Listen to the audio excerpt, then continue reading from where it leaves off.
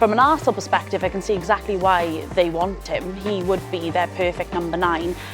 He derailed their title hopes last season, scoring your preference to go to Arsenal, having supported them as a kid, if you could choose? I mean, the dream. That's the dream to play for Arsenal. Bid for the Aston Villa striker Ollie Watkins. That bid has been rejected. It's expected that Arsenal are going to go in with an improved offer.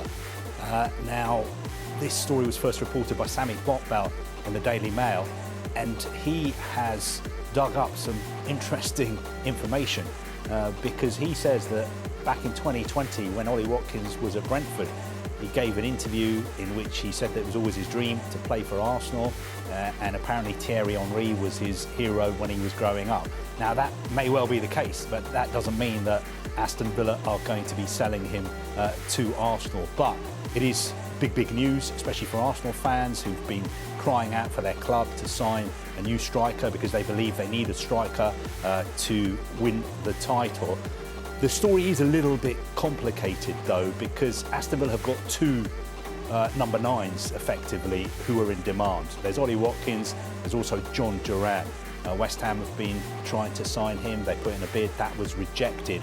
Now Al Nassr, the Saudi club where Cristiano Ronaldo is playing, they are trying to sign a striker as well.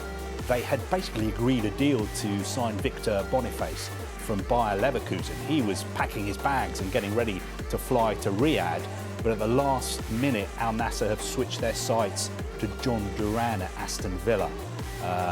He would cost them something like 70-80 million pounds. Now, there is no way that Aston Villa are going to let both those players leave.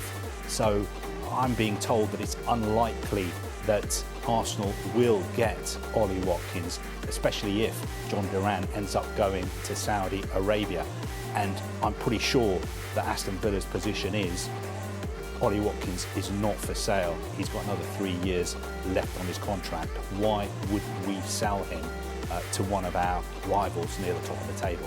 What do you make of the timing? A couple of hours before Aston Villa play a really important game, and there's a bid put in for one of their most important players. Yeah, it's bizarre. Do you know what? The actual the bid makes sense. I understand why Arsenal would want a player like Ollie Watkins. I think he fits the system. He's exactly what they need.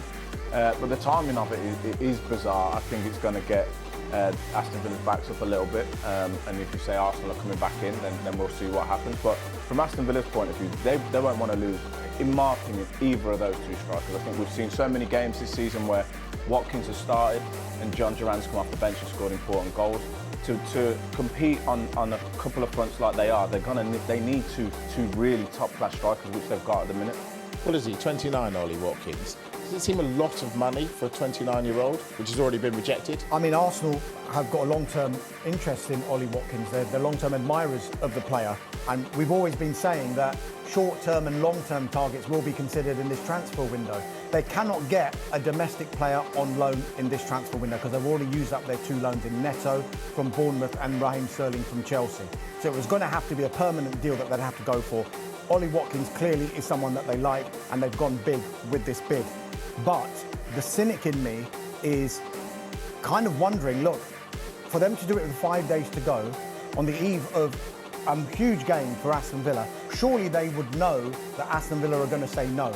I just wonder, is there another target that Arsenal have got, and maybe they're trying to push that other target by making it public? Here we go, look, we're going for Ollie Watkins here. Because that kind of thing can happen, can't it? Does that happen, Ash? Yeah, 100%. And those kind of moves definitely happen that don't come out and we're not talking about, because phone calls go on, conversations happening behind closed doors, and you never find out about it. So that would make sense, where they want some maybe they're down the line with someone a little bit and it's sticky, and so they've gone, okay, we're going to do a big public bid over here to push this guy. And if I was that player that's doing the quiet conversation, I might now be saying to my agent, look, they're moving on someone else, we need to get going. One thing I will say as well, just very quickly, Carlo, sorry. One thing I would say as well, we know how it works in transfers. When clubs make bids, they must be getting encouragement from somewhere that it potentially could be successful. Is it from the players' camp? Is it from somewhere else? Because Arsenal aren't just going to go in with £60 million and then say they're probably going to go back in with an improved offer if they don't think there's any chance, because they'd just be wasting their time. They've got to bring in someone. They want to bring in a striker.